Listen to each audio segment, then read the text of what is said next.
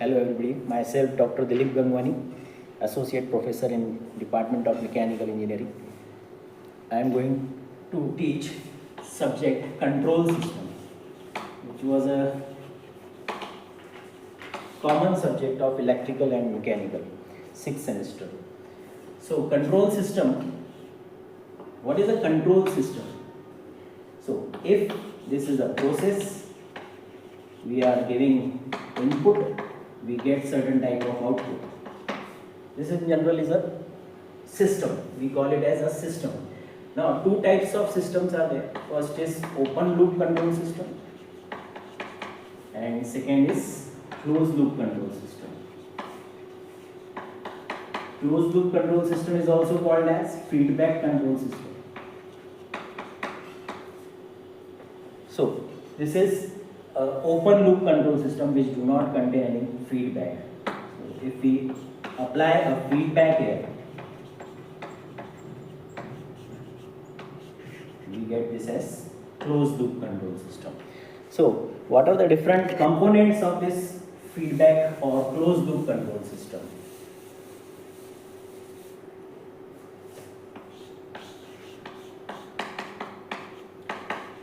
This is R of S, which is called as input.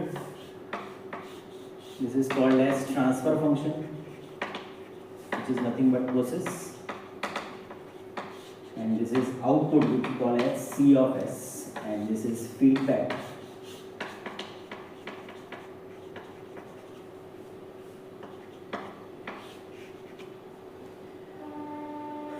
Input is never negative, so input positive. Feedback can be negative or it can be positive. And when input and feedback combine each other, this process is changed as per the requirement. So this each block has a certain name. So this is called as summation block. Why it's called summation block? Because it sums up the signal. So what is its importance? See, if A is input and B is feedback, what will be the output? Let the output be C. So it will become A minus B. Hence it's called summation block because it sums up the signal. If this is plus, then it will become A plus B. If there is one more in feedback, which is called as D, so it will be A plus B minus B. So hence the name, it's called summation block. This point is called takeoff point. Takeoff point. The name suggests takeoff point. From this point the signal gets divided. For example, if the signal is coming A, this signal A goes forward also, and this A signal comes downward also in the feedback. So if there is signal A, this A goes to output also and to feedback also. These two are most important points, that is summation block and takeoff point. Other point is transfer function. This is called as G of S. And feedback, which is called as H of S. Input is called R of S, output is called C of S. So this topic is block diagram, shortcut is BDRT. Full form is block diagram reduction techniques.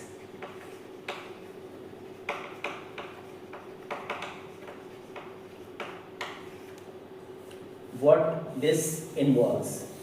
Block diagram, why we reduce the block diagram? So if a large block diagram is there consisting of 10 or more transfer functions, we combine all these blocks and reduce it into a single block. This is called as single block. Output is B, input is A. So what the output consists of? So B consists of A into G. A is input, G is single block, and B is output. So B is equal to A into G. We have to reduce the long block diagram into a single one. That topic is block diagram reduction techniques, and it involves 9 rules to reduce the long block diagram into a single block diagram. So what's the 9 rules? The first rule is combining of summation block. First we study summation block.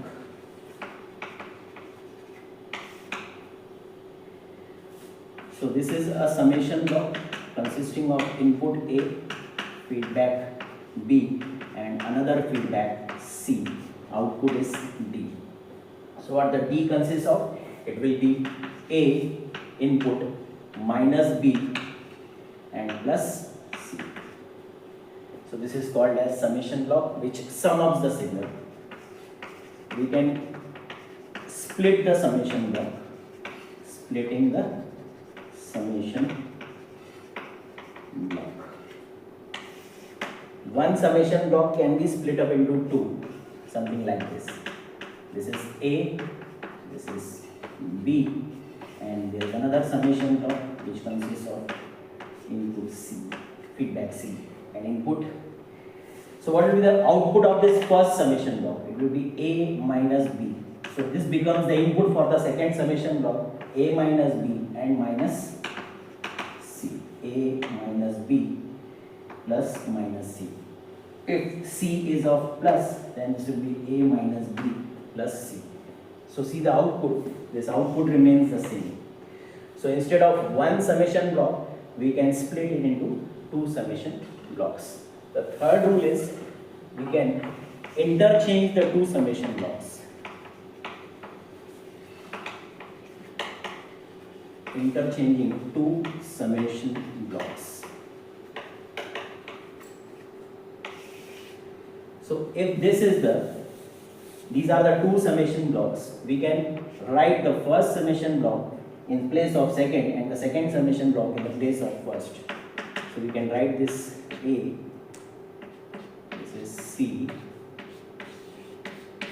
this is minus B. Take care of the signs. Signs should be same as the feedback. B minus, C is of plus, C plus, and A is plus, so A is plus. Let's see the output of the first summation block. It will be A plus C. This is the output of the first summation block, which becomes the input for the second summation block. So A plus C minus B. See the output remains the same. So we can write a second summation block in the place of first and the first summation block in the place of second. Then we will go for the fourth rule, blocks in series. If there are two or more blocks like G1, G2, which are in the series, and A is the input, A G1, this is the output for the first block, A G1. A, after going through G1, it will become A G1, and when it goes from G2, it becomes A G1 G2. Now instead of these two summation blocks, two transfer function blocks in series, we can write a single block in which we will multiply the two independent blocks. Let's check the output. This is A input. When it goes through G1 G2, B is the output. It becomes A G1 G2. See the output, it remains same. The next rule is blocks in parallel. If the same blocks which are in series, if they are in parallel, this will become more tedious or difficult to blocks in parallel. Suppose this is block G1 and this is block G2. Both the arrows are running in the same direction, therefore it's called parallel form. This is the A input and this is output B. So what will be the first input? A passing through G1 becomes A G1. This A goes in forward direction also, and this is a takeoff point, so A will go downward also. This A gets multiplied with G2, this will become A G2. A G1 plus A G2. Because it's a summation block, the signals will get sum up. It will be A G1 plus A G2. If A is common, then it will be G1 plus G2. So instead of writing these two transfer functions in parallel, we can write it like this: G1 positive, G2 also positive. So G1 plus G2, output is B, input is A. Let's check the output. A when getting multiplied through G1 plus G2, it will be A multiplied by G1 plus G2. See, the output is same. So these are two blocks in parallel. So these are the 5 rules. Now we'll go for 6th rule.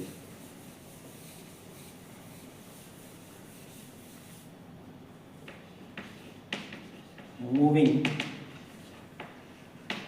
takeoff point ahead of transfer function G. Moving takeoff point ahead of transfer function G. This is the most important rule. 6, 7, 8, 9, these 4 rules are difficult and important also. So if this is the input A, this A goes in the feedback also and in the forward direction also. This A gets multiplied with G, so B becomes AG. This A gets multiplied with H, so C becomes AH. So if we move this takeoff point ahead of transfer function, see the arrow, direction of arrow, it's moving ahead of transfer function, then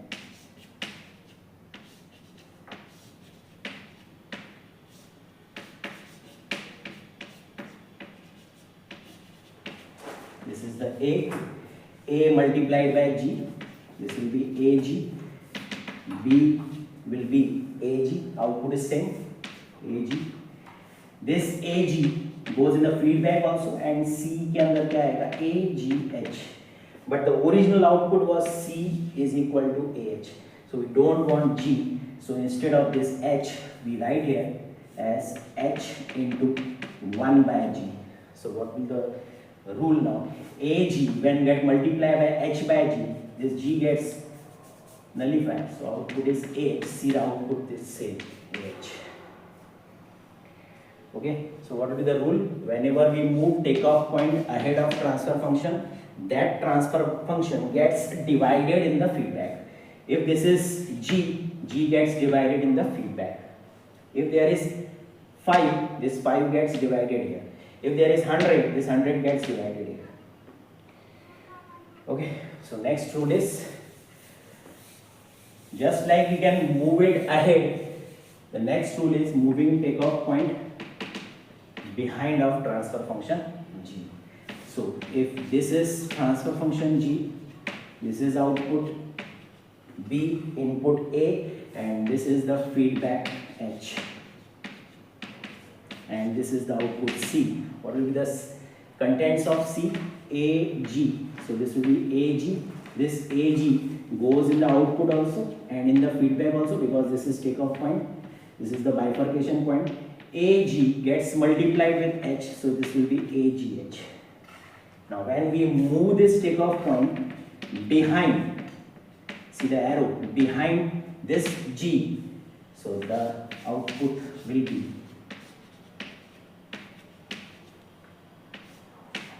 it will be something like this.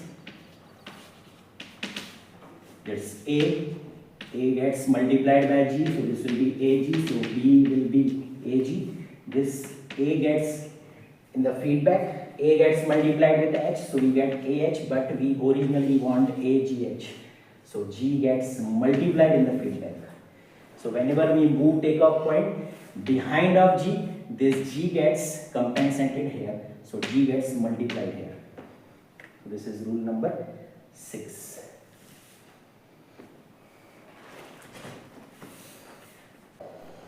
We go ahead with rule number 7. Just like we can move takeoff point ahead or behind, we can also move summation block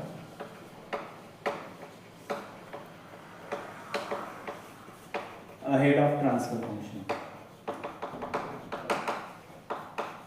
This transfer function is G. This is summation block, this is transfer function G, and this is output B, input is A, and this is feedback, we call it as H. So when we move this summation block ahead of transfer function, what will happen? Before that, we see the output. This is A and this is feedback H, which is minus H. So this will become A minus H. Summation block sums up the signal. First signal is A, second signal is H, which comes on the minus terminal. So A plus minus H. Whole gets multiplied with G. So output is AG minus HG. So if we move this summation block ahead of this transfer function G, so this summation block gets ahead of G. This is A, this is feedback H, and this is output B. So you see the output. What is the output? AG. This is AG. Comes on this summation block. H is feedback, which comes on the minus terminal. So AG minus H. But the output is not same. So we get AG minus H, but we want AG minus HG.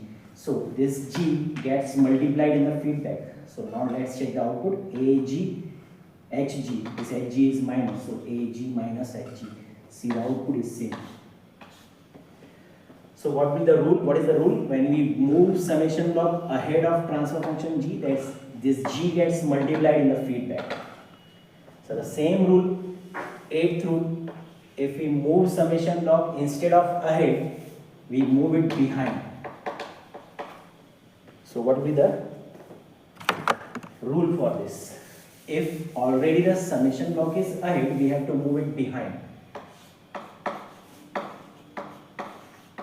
So this is input A, feedback H, and output is B. So what will be the output? AG, and this is minus H. So AG minus H. If we move this summation block behind of G,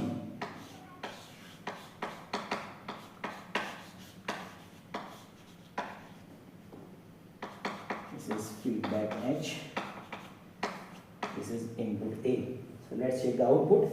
This is A minus H. This is summation block. A signal positive, H negative. So it will be A minus H whole multiplied by A minus H whole multiplied by G. This will be AG minus HG. See, output is not same.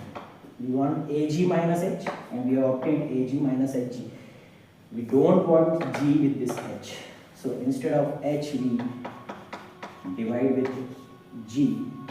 Now let's check the output. This is A minus H by G. A minus H by G. A minus H by G whole multiplied by G.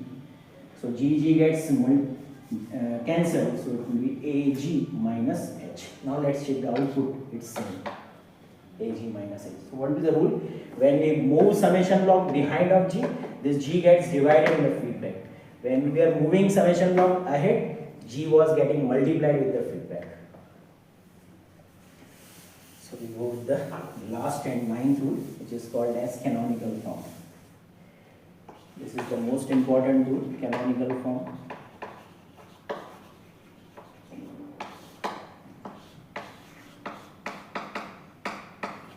A input, H is the output, G is the transfer function, B is the output, and this is feedback. So we get confused with the parallel form. See, what was the parallel form? Parallel form was something like this. Both the arrows were running in the same direction. So hence parallel form. This arrow is in reverse direction. This is forward direction and this is reverse direction. So it forms a closed loop. Therefore it is called canonical form or closed loop form. So what is the answer for this? A input, B output, and instead of this entire canonical form, we write it as G upon 1. If there is minus, we write it plus. If there was plus, we write it as minus. G into H. So what will be the output by input? B by A is equal to G upon 1 plus minus G. This is the end of this 9th rule, and we'll solve the problems in the next class.